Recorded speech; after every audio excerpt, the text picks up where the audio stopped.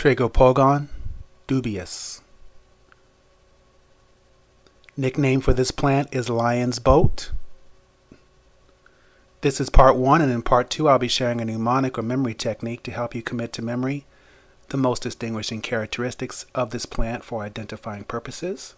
Be sure to watch all of part 1 so that part 2 is understandable.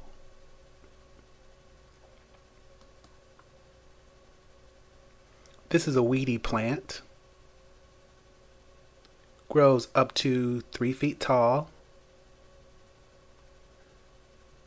And the flowers, as well as the seed heads, resemble common dandelion, with the exception of this plant, lion's boat, being considerably larger.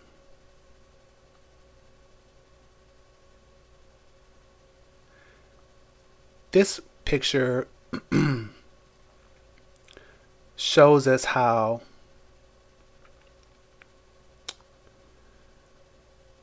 the rosette leaves, ordinarily here at the bottom in circular formation, rosette, have, because this plant is well matured, withered away.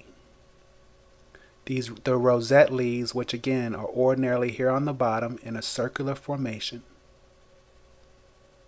after stems, flowering stems have matured, the rosette leaves will eventually wither away. But the stem leaves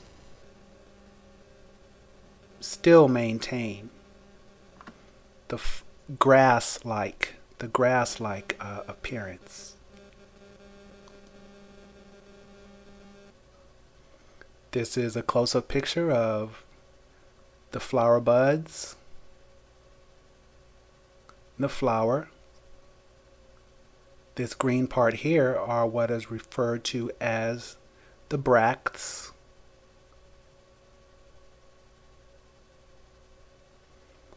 When the stem or the leaves are cut, they exude a white milky sap. Notice here the grass-like leaves, parallel veins.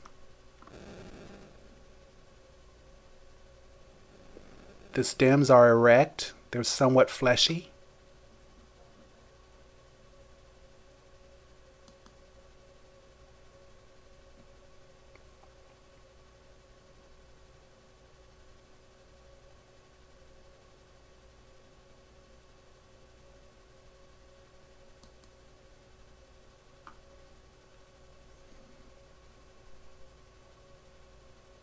Flowerhead resembling a dandelion.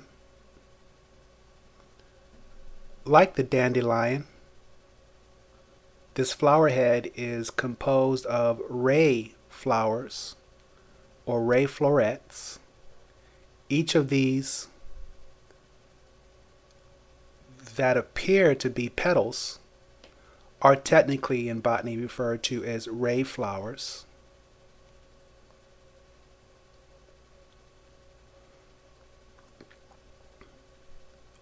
Other plants which develop ray flowers are the sunflower, for instance.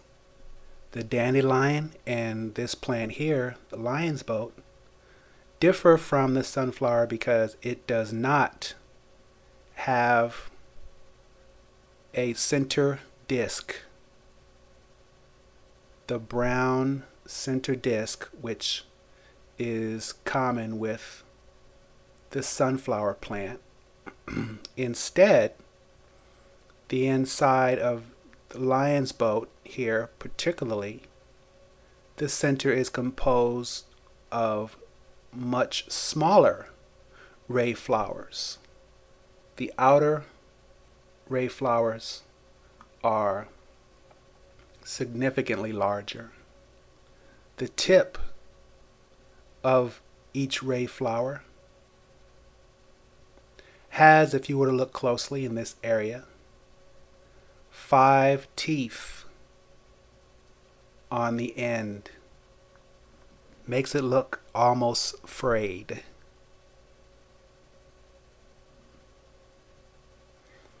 Notice also the bracts extend well beyond, or at least very noticeably beyond, the margin or the edge of the flower head. That is a very common or distinguishing factor of this particular plant from its lookalikes, or at least one of its lookalikes.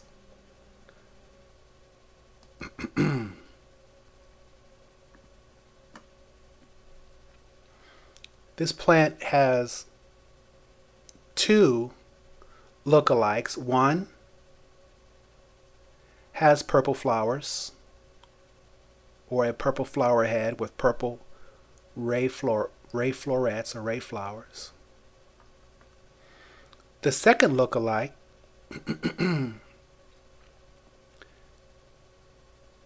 has yellow flowers or yellow flower head, but the bracts are not as long. The bracts may be just slightly shorter than the ray flowers. The outer ray flowers here, just shorter than the flower margin, or just slightly longer. They may also be even with the outside ray flowers, but certainly not as noticeably longer. Both of the lookalikes can be used identically as lion's boat.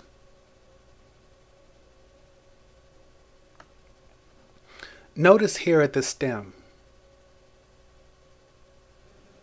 this plant as well as the lookalikes feature a stem which becomes enlarged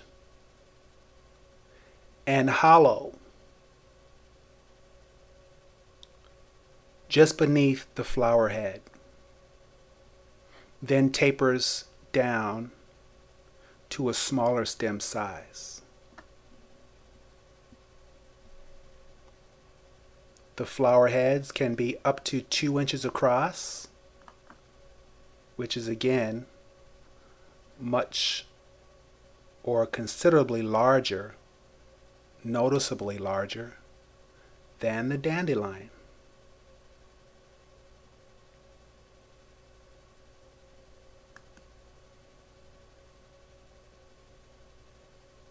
The flowers occur on the end of the stems. They will not occur along the stems. They'll always occur at the tip.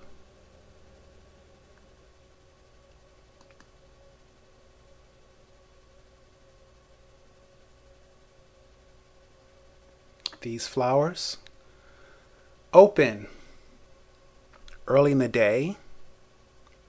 They track the sun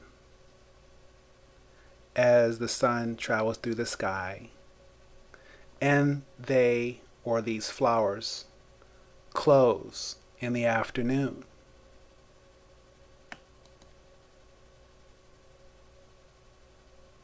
And this is what they look like closed.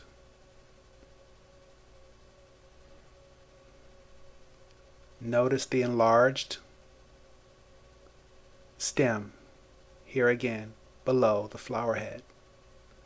This flower just this flower just happens to be in more of a seed-like phase.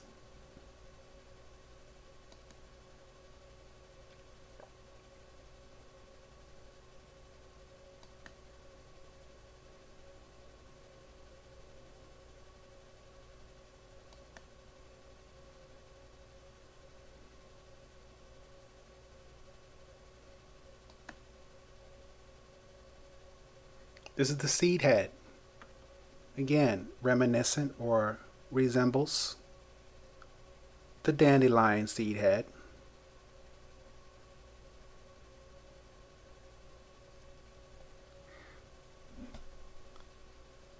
The hairs are tan rather than white.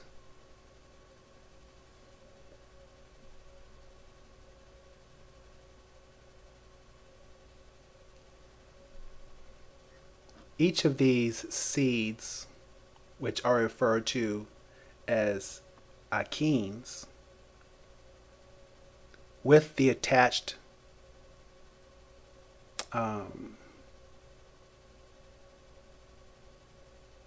pappus,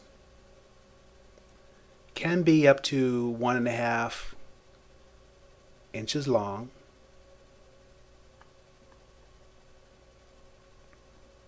Sometimes 2 inches long, making the diameter of the seed head up to 4 inches long. Some people refer to this as a softball for its large size. Now these seeds replace the flowers.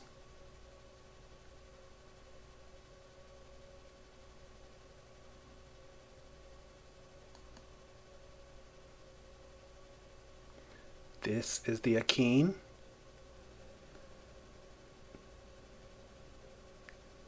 Technically referred to as fruit, with the seed inside. And here are the pappus, or silky, tan, not white, as the dandelion pappus would be. Tan hairs, feathery, soft, silky.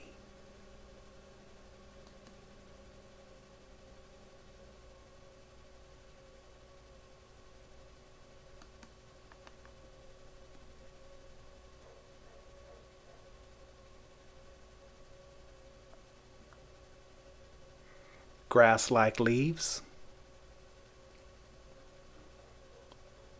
The leaves will become smaller as they ascend the stem. The stems do occasionally branch, but not often. In this case too, we see how the rosette of leaves have withered away.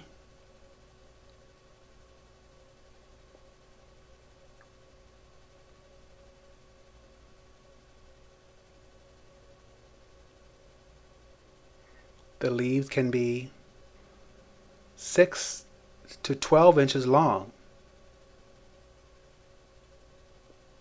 and about a 1/2 inch wide.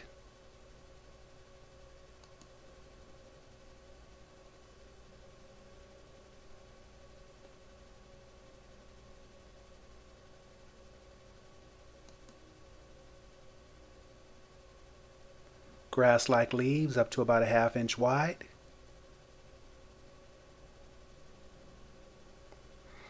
This leaf here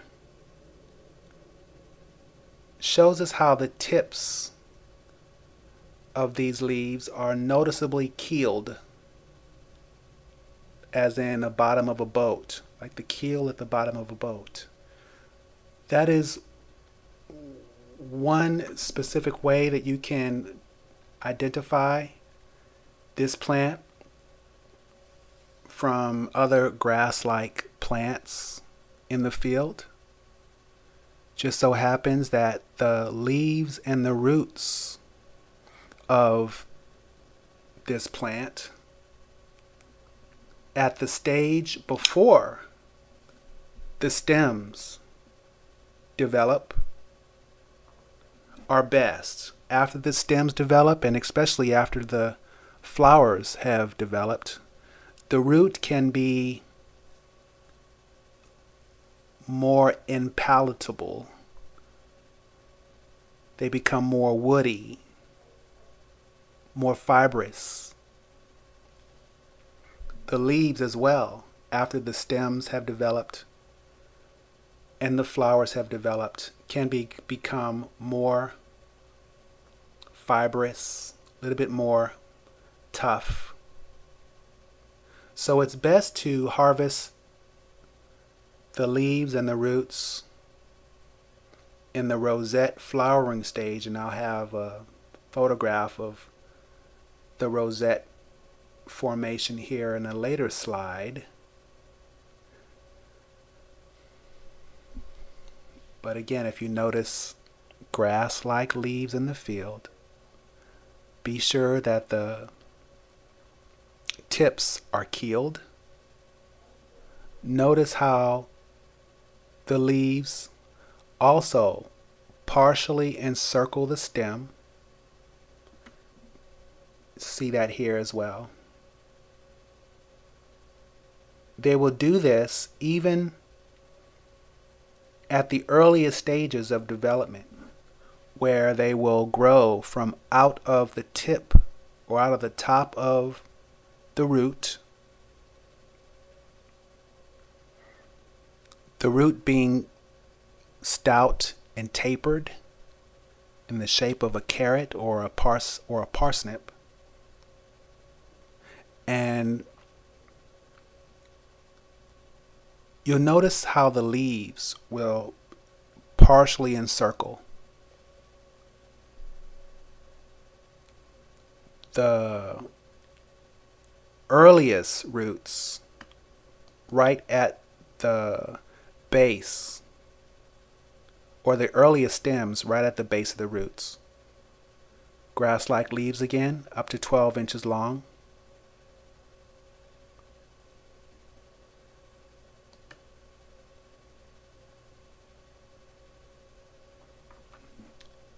This is an example of the rosette,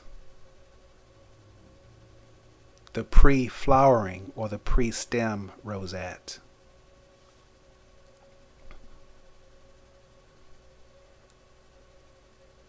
Underneath the ground here will be, just below the ground, the tapering roots, almost carrot-like, and growing from right out of the top of it are the grass-like leaves.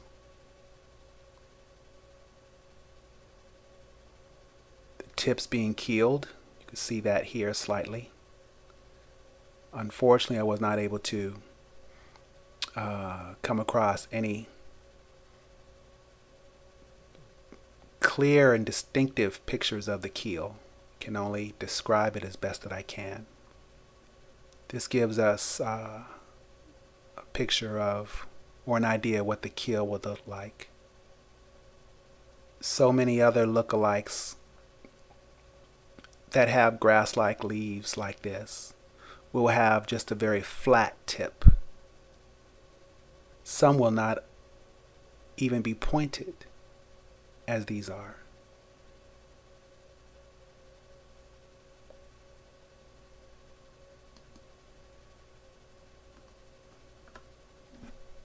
This picture shows us a good example of how the leaves partially encircle the stem. Again, even at the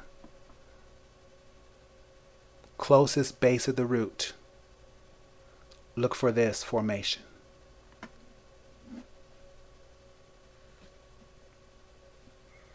Younger leaves can be a little hairy, but more mature leaves will be waxy.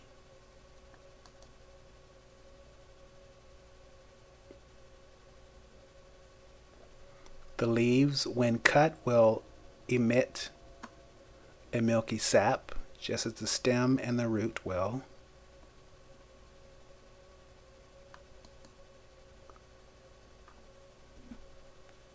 Grass-like leaf, partially encircling the stem.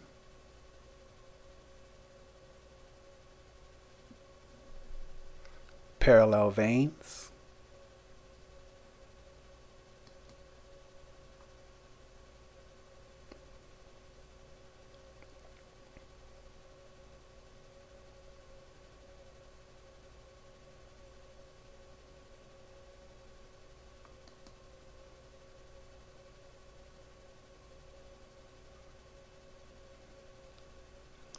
Obviously the root. Taproot. Very stout, tapering, fleshy.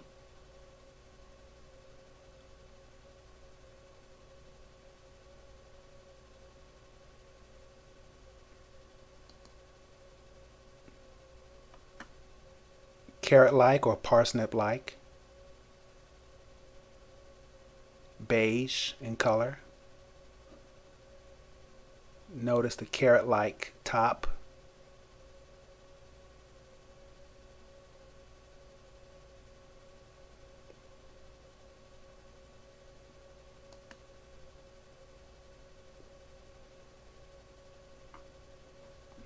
And the edible parts of this plant are the leaves, the flowers, the flower buds, the roots, the stems, and the sap.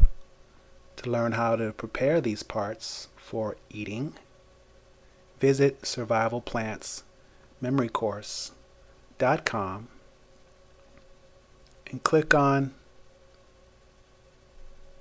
yellow salsify, the common name, lion's boat, the nickname. Thank you for watching part 1. And in part 2, I'll be sharing a mnemonic or memory technique to help you commit to memory the most distinguishing characteristics of this plant for identifying purposes.